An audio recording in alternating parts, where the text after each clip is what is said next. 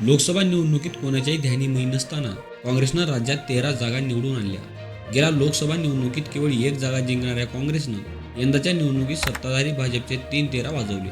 विदर्भ मराठवाड्यात दमदार कामगिरी करून काँग्रेसनं राज्यात जोरदार कमबॅक केलं. सांगलीत अपक्ष लढून विजयी झालेल्या विशाल पाटील यांनीही काँग्रेसला पाठिंबा दिला.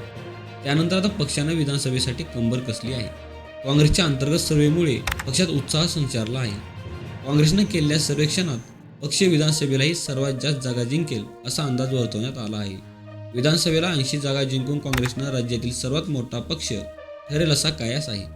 काँग्रेसच्या सर्व्हेनुसार दुसऱ्या क्रमांकासाठी भाजप शरद पवारांमध्ये चुरस असेल, तर त्यानंतरच्या क्रमांकासाठी उद्धव सेना आणि शिंदे सेनेमध्ये काटेकी टक्कर पाहायला मिळू शकते. अजित पवारांच्या राष्ट्रवादीला काँग्रेसची कामगिरी लोकसभेप्रमाणेच विधानसभेलाही निराशाजनक होण्याची शक्यता आहे. विधानसभेच्या गेल्या 2 निवडणुकांमध्ये भाजपनं 100 वर आणली.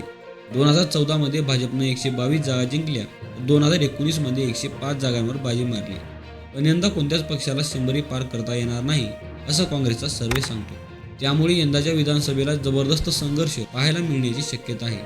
राज्यात विधानसभेची एकूण 288 जागा आहेत. सत्ता स्थापनेसाठी 145 हा जादुई आकडा आहे.